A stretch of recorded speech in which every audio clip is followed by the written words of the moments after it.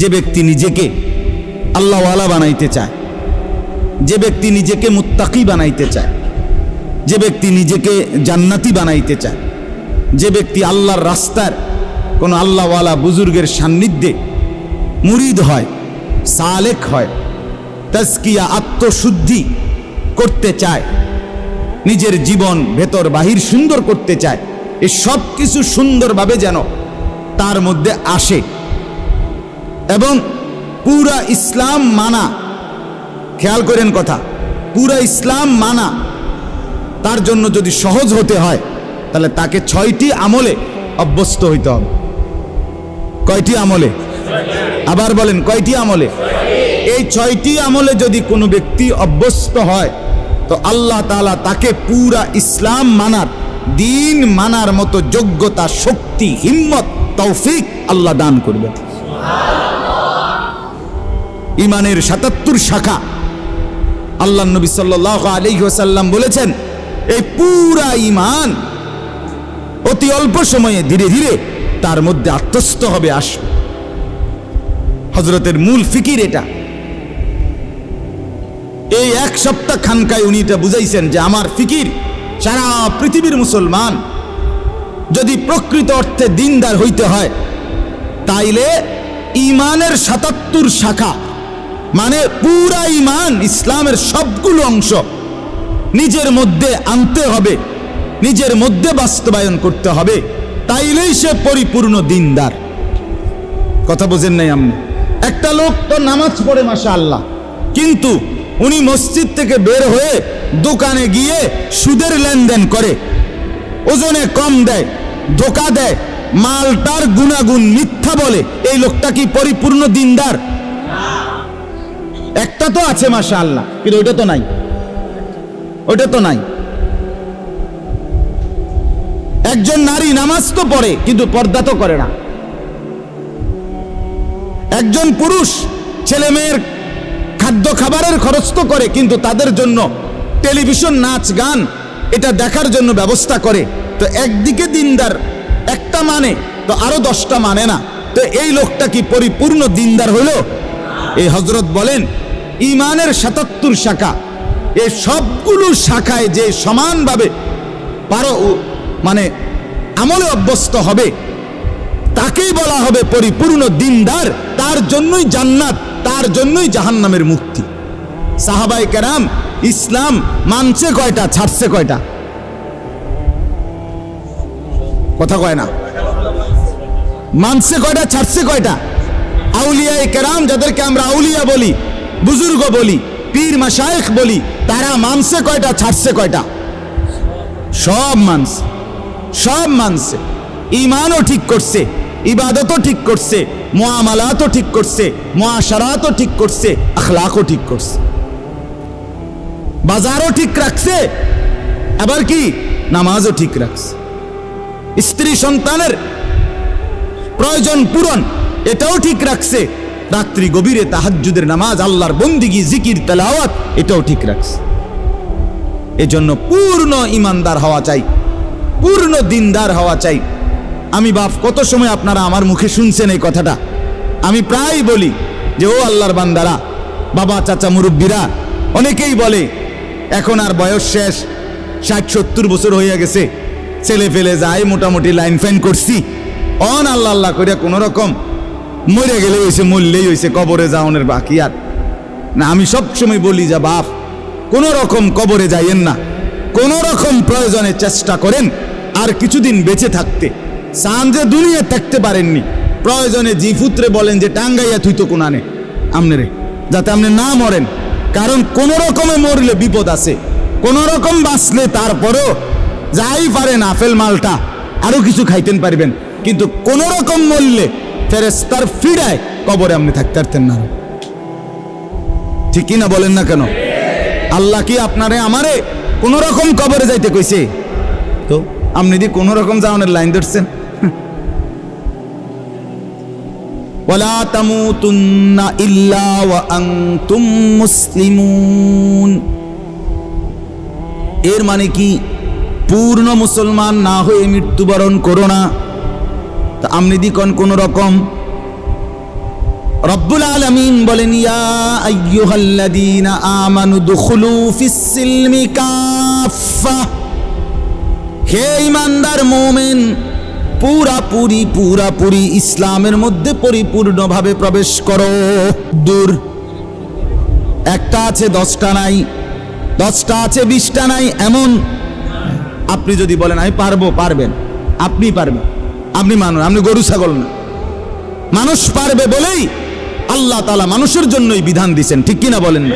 ফেরেশতাদেরকে বলছেন আমি জানি যা তোরা জানোস না তা, আমি বুঝাই বানাইছি মানুষ, আমি পারবে সে আমার হুকুম মানতে পারবে, আমার দ্বীন গ্রহণ করতে পারবে, আমার শরীয়ত নিতে পারবে, আমার বিধান তারা পালন করতে পারবে, এই যোগ্যতা দিয়েই আমি মানুষ বানাইছি। অতএব পারবে না বলে যে ভুল হয়ে যায়, ছুটে তো যায়, গুনাহ তো হয়ে যায়, নাফরমানি তো হয়ে যায়। আরে তো চমৎকার বিষয়, আল্লাহ তাআলা বলছে বান্দা রিমুভার তো আমি রাখছি, মুসাবার জন্য তো আমি রাখছি ব্যবস্থা। যতবার হবে গুনাহ ততবার তওবা করবা, ততবার তওবা করবা, বারবার তওবা করলে আমি পুনরায় তোমারে আবার মুত্তাকি বানায় দেব।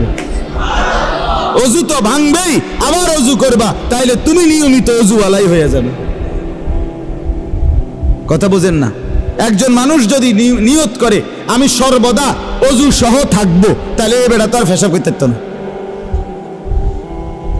কেমনে করবে পেশাব? ওমা অজু ভেঙে যাবো না? কথা বলেন না কেন? তার মানে কি? তার মানে কি বলেন? সাহাবীদের জীবনীতে আছে, আউলিয়াদের জীবনীতে আছে, তিনি সর্বদাই অজু অবস্থায় থাকতেন, তার মানে পেশাব করতেন না, নাপাক হতেন না ওনারা, আবার করে নিতেন অজু। যিনি বারবার অজু ভাঙলেই আবার পুনরায় অজু করে নেয়, তারে কি বলে না অজু ভাঙছে এটা বলে না, তারে বলে উনি সর্বদা অজু অবস্থায় আছেন। যে গুনাহ হলেই মাফ চেয়ে নেয়, তওবা করে নেয়, আবার ছেড়ে দেয়, আর করবে না ওয়াদা দেয়, আবার চেষ্টা করে গুনাহ আর করব না, আল্লাহ তাআলা বলে তুমি মুত্তাকি থাকবা, তুমি আল্লাহওয়ালাই থাকবা, তুমি জান্নাতি হইবা। তো আর সমস্যা কি? তো আর সমস্যা কি? 1000বারও যদি তওবা ভেঙে যায় আবার করো, আবার ফিরো। এজন্য বাপ আমরা প্রত্যেকেই পুরা দিন মানতে হবে, ইমানের 77 শাখা সবগুলো মানতে হবে, পুরা দিনদার হইতে হবে।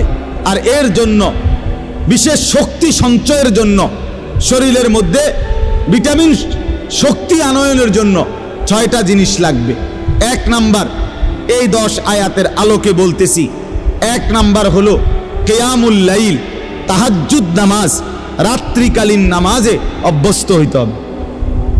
যে ব্যক্তি তাহাজ্জুদ নামাজে অভ্যস্ত হবে, রাতের প্রথম অংশে হোক, রাতের মাঝখানের অংশে হোক, রাতের শেষাংশে হোক, তাহাজ্জুদের নামাজে যে অভ্যস্ত, আল্লাহ তাআলা তার কলজার ভিতরে অসাধারণ শক্তি এবং পাওয়ার দান করে, ফলে সে নেক আমলে অভ্যস্ত হয়, গুনাহ ছাড়তে তার জন্য সহজ হয়।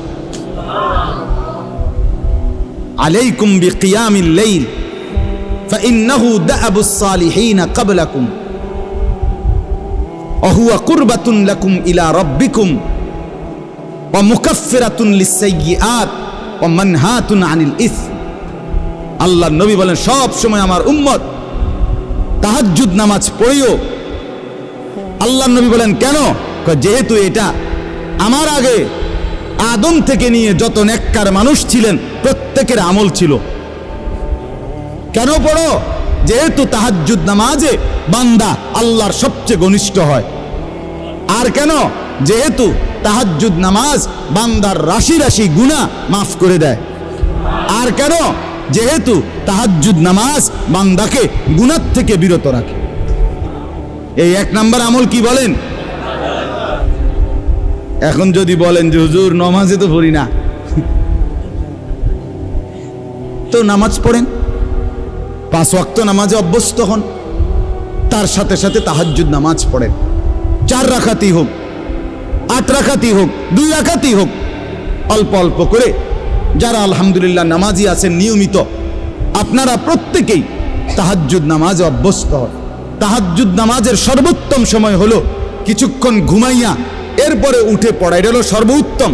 বাকি সমস্ত ওলামায়ে কেরামের মতামত এটা যে যদি কেউ কষ্ট হয় নাই পারে কোনোভাবে, তাহলে কমপক্ষে যদি এশার নামাজ আদায় করার পরে সে যদি ঘুমানোর আগেও তাহাজ্জুদ নামাজের নিয়তে 4 রাকাত 6 রাকাত 8 রাকাত নামাজ পড়ে নেয়, তো আশা করা যায় আল্লাহ তাআলা তাকেও তাহাজ্জুদের নিয়ামত দান করবেন।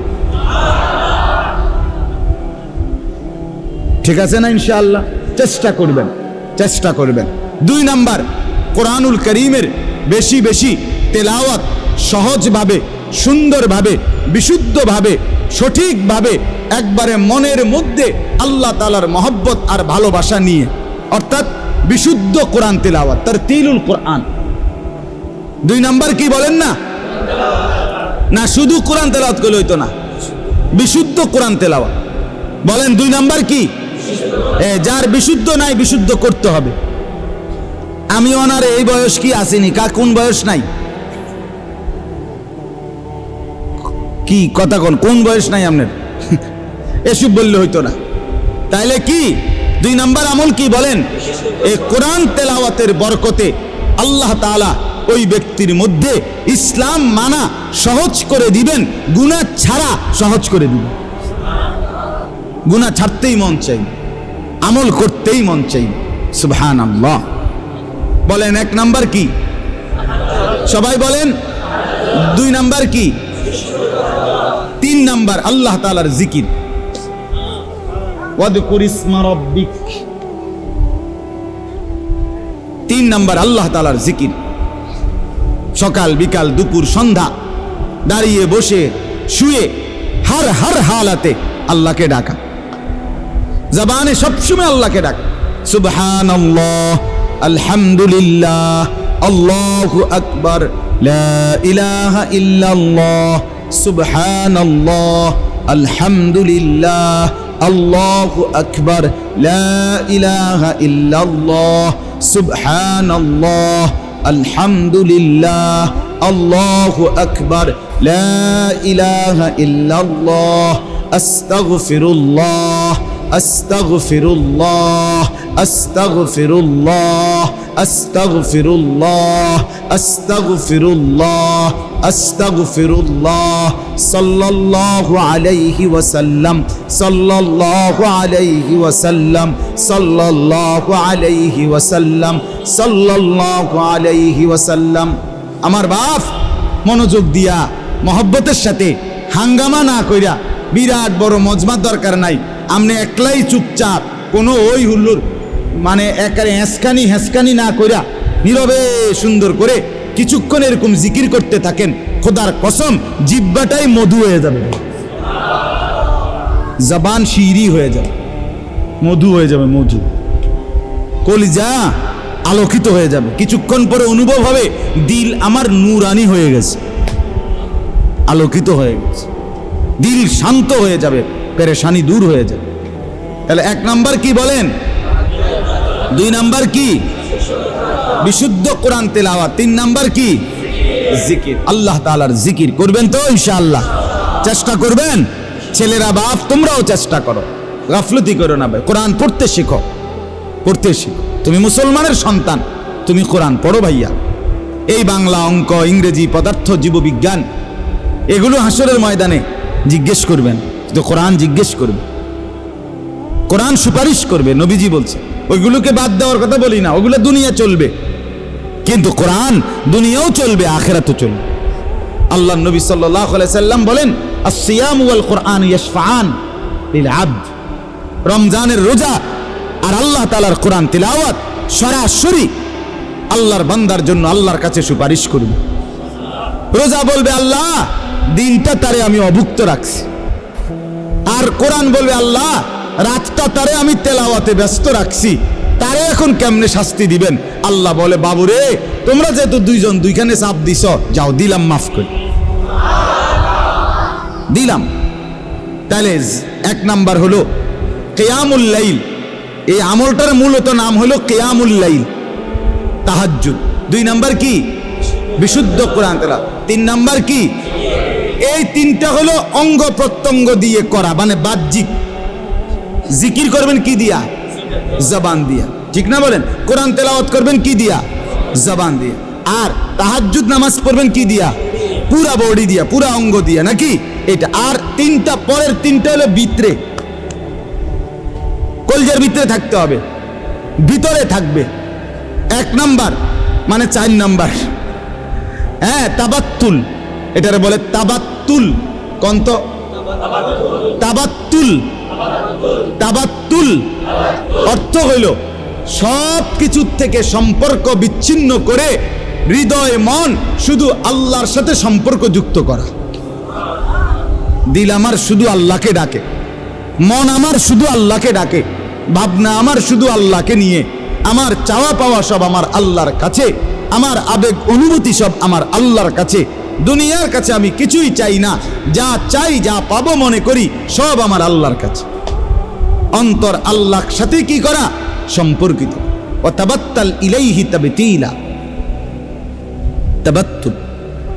এইটা, এই 4 নাম্বার হলো অন্তরকে আল্লাহর সাথে কি করা? সম্পৃক্ত করা।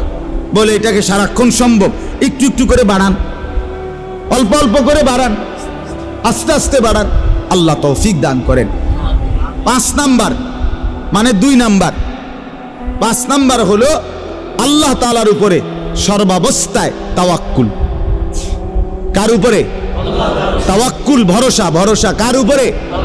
রব্বুল মাশরিকি ওয়াল মাগরিব লা ইলাহা ইল্লা হুয়া ফাত্তাখিযহু ওয়াকিলা। এই যে আল্লাহকেই একমাত্র ওকিল, অভিভাবক বা আশা ভরসার কেন্দ্রস্থল শুধুই কাকে বানানো? তাহলে অন্তরে সর্বদা কার উপরে ভরসা করা? 6 নাম্বার সবর করা। অসবির আলা মা ইয়াকুলুন, সর্বাবস্থায় সুখে থাকি দুঃখে থাকি, হ্যাঁ, দিলের মধ্যে থাকবে আমার আল্লাহ আছে, আমি আমার আল্লাহর উপরেই ধৈর্য ধারণ করলাম। তাইলে বলেন, 3টা, পরের 3টা হইল আল্লাহর সাথে অন্তরকে সম্পর্কিত করা। 2 নাম্বার আল্লাহর উপরেই ভরসা করা। 3 নাম্বার সর্বাবস্থায় কি করা? আরবি নামগুলো কোন? তাবাত্তুল, তাওয়াক্কুল, সবর। তাবাত্তুল, তাওয়াক্কুল, সবর। তাবাত্তুল, তাওয়াক্কুল, সবর। 1 নাম্বার কিয়ামুল লাইল, 2 নাম্বার তারতিলুল কোরআন, 3 নাম্বার জিকির, 4 নাম্বার তাবাত্তুল, 5 নাম্বার তাওয়াক্কুল, 6 নাম্বার সবর। 3টা বাহিরে, 3টা ভিতরে। এই 6টা পুরো ইসলাম না, মানে এই 6টায় অভ্যস্ত হইলে বাকিগুলো আস্তে কান টানলে মাথা আসে, সহজ হয়ে যাবে, সহজ হয়ে যাবে। বিশেষ করে তাহাজ্জুদ নামাজ, বিশেষ করে কোরআন তিলাওয়াত, আল্লাহ তাআলার জিকির, এই 3 আমল যখন চালু থাকবে ধীরে ধীরে মজাই লাগবে, অন্তর নূর হবে, আমল করতেই মন চাইবে, গুনাহ দেখলেই ঘৃণা লাগবে, গুনাহ দেখলেই অপছন্দ লাগবে। আল্লাহ তাআলা আমাদেরকে তৌফিক দান করেন। আমার শায়েখ আল্লামা মুফতি মুশতাকুন নবী সাহেবের একটা সুন্দর কথা শুনাই। আমার দেখা আমার হযরত আল্লামা মুফতি মুশতাকুন নবী সাহেব খুব বেশি জিকির করে, উনি একেবারে বেশি জিকির করে। ওনার যদি আপনি 100 না 1000 বয়ান শোনেন, তো 1000 বয়ান এই শুনবেন উনি কিসের কথা কইছে। বয়ানও করে জিকির, নিজেও করে জিকির। আমি মনে করেন কুমিল্লা থেকে সিলেট হুজুরের সাথে 6 ঘন্টার সফর, অনেকবার গেছি হুজুরের গাড়িতে করে। আমার গায়ে হেলান দিয়া হুজুরে শুইছে, মনে করেন আমি দেখছি শুয়ে লাইছে, ঘুমায়ে পড়ছে। যতবার ড্রাইভার মাসুদ ভাই গাড়ি কোনো কারণে ব্রেক করে, সাথে সাথে নড়ে ওঠে না, এই নড়লেই দেখি উনার মুখ দিয়া লা হাওলা ওয়ালা কুওয়াতা ইল্লা বিল্লাহ, সুবহানাল্লাহ, কোনো না কোনো একটা তাসবিহ করে। তবে এটা না দেখলাম ঘুমায়। আমি অনেক দিন দেখছি এটা মাকিরি ভাই, এটা কি ধরনের জিন নিগণ, আদত হয়ে গেছে, অটোমেটিকলি নড়লে চড়লে জিকির করে, জিকির করে, আল্লাহ তাআলার জিকির করে।